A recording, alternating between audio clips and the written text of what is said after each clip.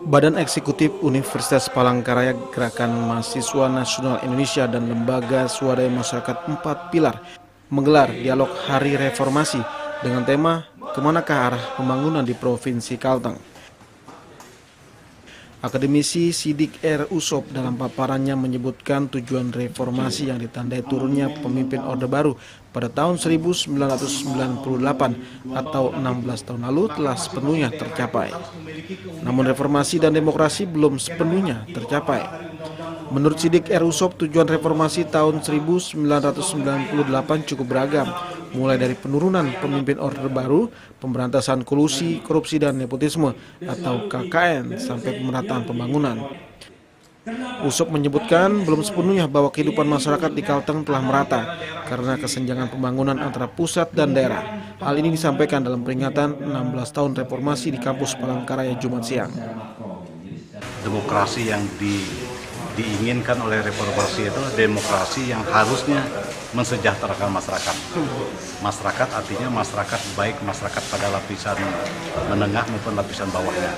Nah, di sini kita masih menemukan banyaknya kesenjangan sosial, khususnya Kalimantan Tengah yang terdiri dari 11 daerah aliran sungai. Maka masyarakat itu ada yang bermukim di bagian hulu dan ada yang bermukim di bagian hilir.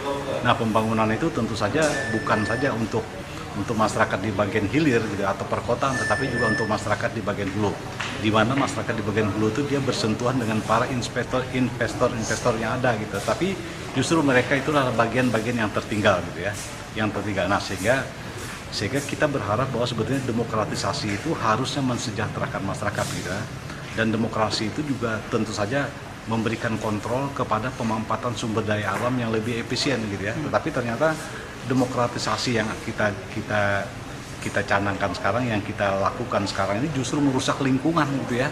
Jadi memang kita akui pertumbuhan Kalteng itu 7,3%, melampaui rata-rata nasional. Tetapi kerusakan lingkungan kita tinggi. Pencapaiannya masih belum maksimal. Karena kalau secara khusus di Indonesia ataupun secara umum gitu, kalau kita melihat di Kalimantan Tengah juga untuk konteks dalam pembangunan ini masih belum, karena kita melihat daripada kepuasan pemerintah dari tingkat nasional sampai tingkat daerah ini masih belum terrealisasikan. Yang kami hormati, Dialog memperingati 16 tahun Hari Reformasi ini menghadirkan 3 orang pembicara seperti Siddiq R. Usop, Ketua KNP Kalteng Rahmat Hamka Nasution, dan Bapeda Provinsi Kalimantan Tengah.